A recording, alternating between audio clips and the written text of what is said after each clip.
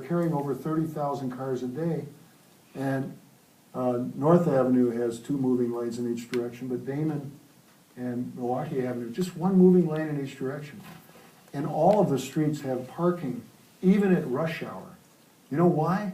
Because the retailers want the parking, in case any of their customers would want to park on the street. Not that they're necessarily going to get that spot, but they have the illusion that they might get that spot.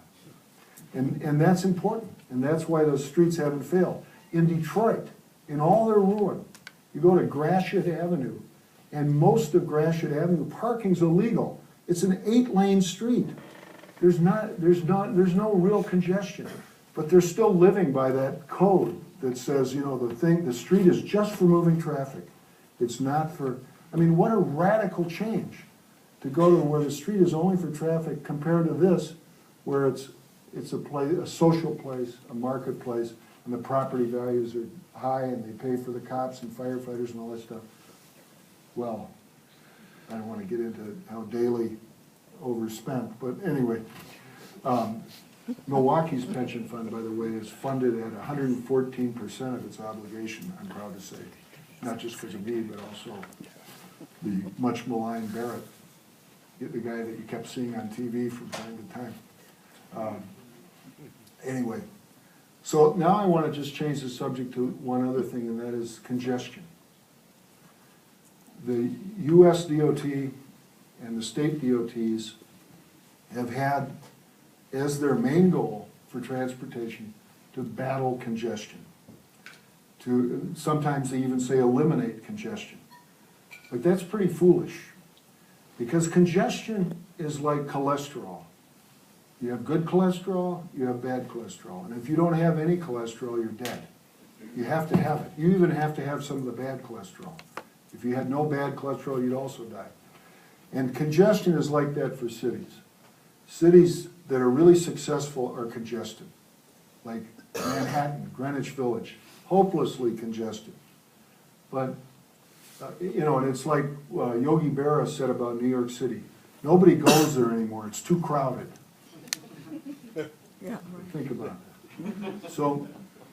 So if you battle congestion, you know, what happens? Well, this is Dundas Street in Toronto. It's congested. There's 1 moving lane in each direction, and the streetcar shares it with the traffic, and then a parking lane on each side. And then you've got, this is in Chinatown, you know, you have retail and restaurants on the first floor, and apartments above, and so forth. It's a very crowded neighborhood, but it's not just crowded with traffic, it's crowded with money.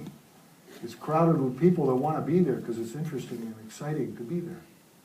And so to spend all these millions and millions of dollars, some of my colleagues when I was a Democrat in the state legislature, like my good friend Virgil Roberts, we sat together when I was in the Assembly.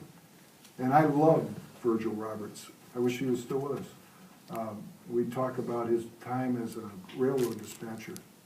But anyway, you know, Virgil, to him it seemed like, well, if you have traffic, then accommodate it. You know, he'd go along with that. And we'd argue about it. Once in a while, he'd actually listen to me a little bit, which I appreciated. But, you know, I'd make this point, you know, Milwaukee's crowded. You don't, and we'll live with the congestion, that's our problem. Don't spend money building highways in Milwaukee, just leave us alone. And, you know, and sometimes he would. But anyway, so here you've got this street in Toronto that's just fabulous, hopelessly congested. And it's congested because people want to be there. And people even ride on the streetcar, even though it'd probably be faster to ride on a different streetcar line where it doesn't have so much congestion. Or in Milwaukee, this is KK Avenue in Bayview. And, you know, that's rush hour, that's not too bad. But the street isn't just about traffic, it's about, it has short little blocks, so you can, if it does congest, you can get off and go to a parallel street.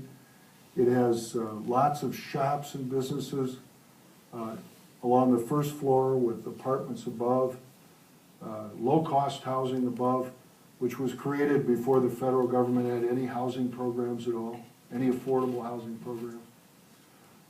And the street dimensions if you had been a traffic engineer, they didn't call them that then, the civil engineer back in the 1920s, let's say, you would have learned in school what this street is. The two-rod street, 2 rods from the center lane to the building line with 8-foot sidewalks and 50 feet of pavement. And you go around the Midwest and you can find that exact street all over the place. Iowa, Illinois, Wisconsin, Michigan, Indiana.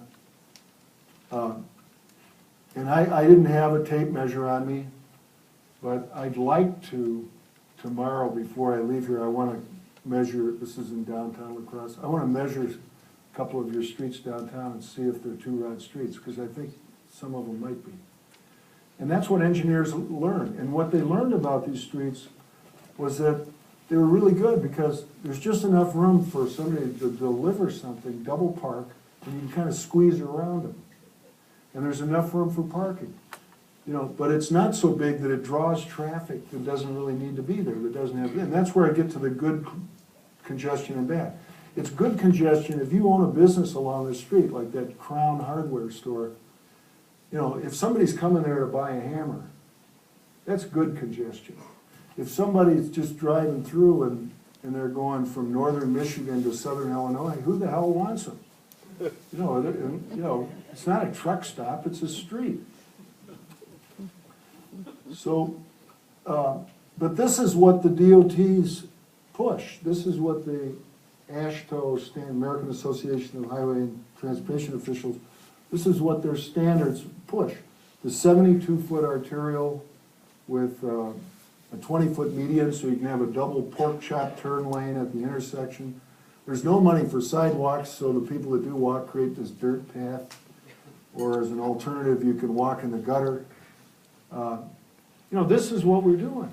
And it's all about traffic counts. Well, we'll count the traffic, we'll project that it'll increase, and then we'll widen the road. And we'll spend millions and millions of dollars doing it, and we'll create a place that nobody wants to be. And that's good, because then they can drive really fast when they go through these places. And you end up with this. Now, somebody want to tell me what city this is? This is in 1946, right after World War II. Anybody have a guess? Los Angeles. It looks like Broadway in Los Angeles, but it's actually Detroit. This is Woodward Avenue. They had 300 miles of streetcar. They had 3 department stores, Crowley's, Kearns, and Hudson's, the second biggest department store in America at the time. The place was packed, crowded, you know, veterans coming home, buying cars, all this stuff. And the state of Michigan and the city of Detroit perceived that their biggest problem was congestion. And so they solved it. They set out, they spent billions of dollars, they ripped the city apart, they built every freeway, that's Hudson's department store being torn down, and they solved the problem. Detroit does not have a problem with congestion anymore. They have problems, but congestion isn't one of them. Yeah. So, you know, if you want to, sometimes my friends in the environmental movement say, you can't build your way out of congestion. Yes, you can. And Detroit's a really good example if you really focus on it. And every year, Texas A&M's transportation group comes out with their rating system on congestion. And the cities that are not congested, they don't make a big deal out of that. They're down at the bottom, you know, of the congestion. Detroit, you know, Gary, Indiana, you know, places that have fallen apart. Not a lot of congestion. And they have big road networks. But then you look at the cities that are congested, that's where all the money is. Like Vancouver, BC, it has no freeways whatsoever. It has the most buoyant real estate market over the last 30 years.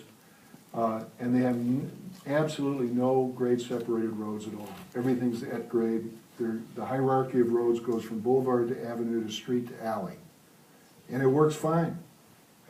Because in the city, it's about distribution. Okay, so Detroit tore itself apart. This is Berlin at the end of World War II, May 1945. And then it was built back. That's Potsdamer Platz today. The wall went right through there. But Potsdamer Platz is like Times Square now, it's all built back.